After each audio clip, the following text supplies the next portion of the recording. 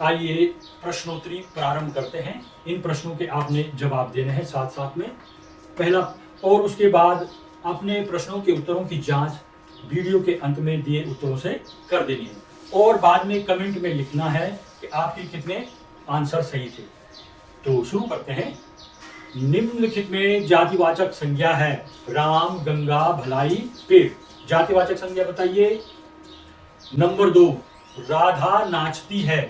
वाक्य में क्रिया का कौन सा प्रकार है? सकर्मक क्रिया, अकर्मक क्रिया, संयुक्त क्रिया या प्रेरणार्थक क्रिया? आंसर बताइए।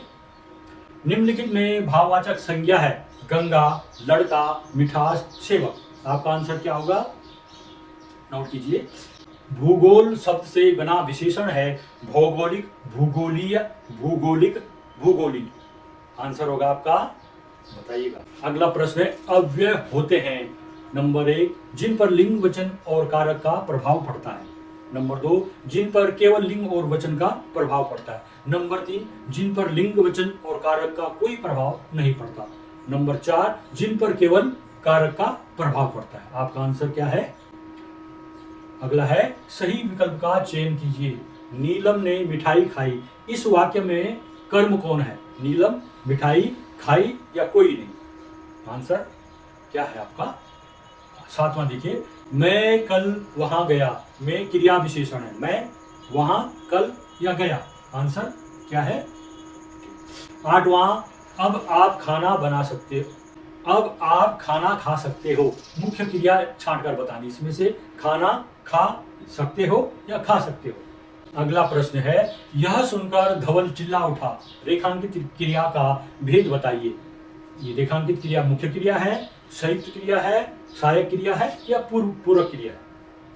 10वां, लक्ष्मी ने केला खाया। रेखांकित क्रिया का भेद बताना है। अकर्मक है, सकर्मक क्रिया है, द्विकर्मक है या प्रेरणार्थक क्रिया है?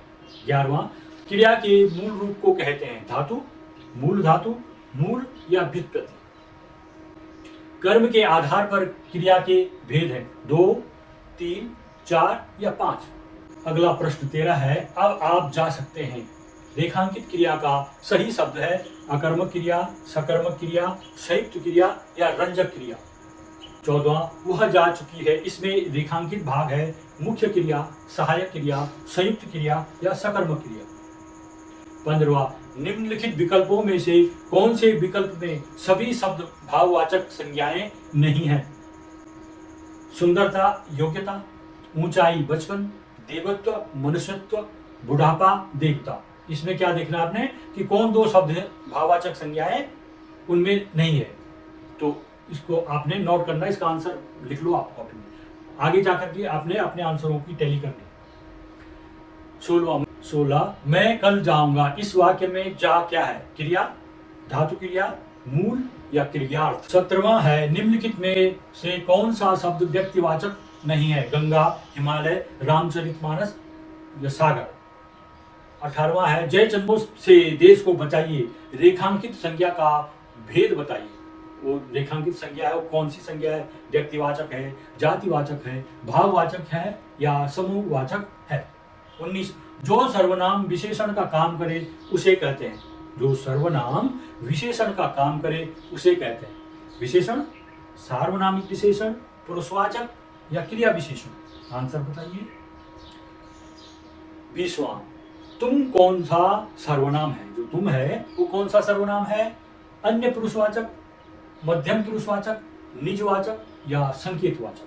तो ये 20 प्रश्नों को मैंने आपसे पूछा है। आपने उनके उत्तर कॉपी में लिख दिए होंगे। अब आप उनके उत्तरों की जांच कीजिएगा और कमेंट्स में जरूर बताइए। आइए वीडियो के अंत में प्रश्नों के उत्तर देख लेते हैं। पहले प्रश्न का आंसर था पेड़।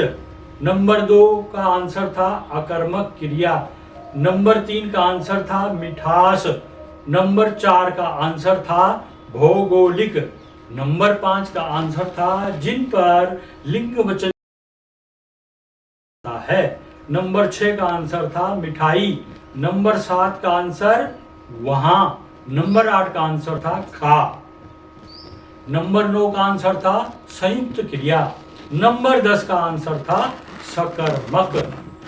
नंबर 11 का आंसर था धातु। नंबर 12 का आंसर था 2। नंबर 13 का आंसर था संयुक्त क्रिया। नंबर 14 का आंसर था सहायक क्रिया। नंबर 15 का आंसर था बुढ़ापा कौमा देवता। नंबर 16 का आंसर था धा। नंबर 17 का आंसर सागर। 18 का आंसर जातिवाचक। 19 का आंसर था सार्वनामिक विशेषण। और नंबर 20 का आंसर था मध्यम पुरुष वाचक। आपने इनको प्रश्नों को टैली कर लिया होगा और आपने देख लिया होगा आपके कितने अंक आ रहे हैं 20 में से। तो आप प्लीज कमेंट में लिखिएगा कि आपके इतने अंक आए, आपके इतने अंक आए हैं। और कमेंट्स में लाइक भी कीजिए, कमेंट भी कीजिए, नाइस वीडियो, ग्रेट सर, कुछ ना कुछ कमेंट कीजिए। आपका धन्यवाद। Have a nice day.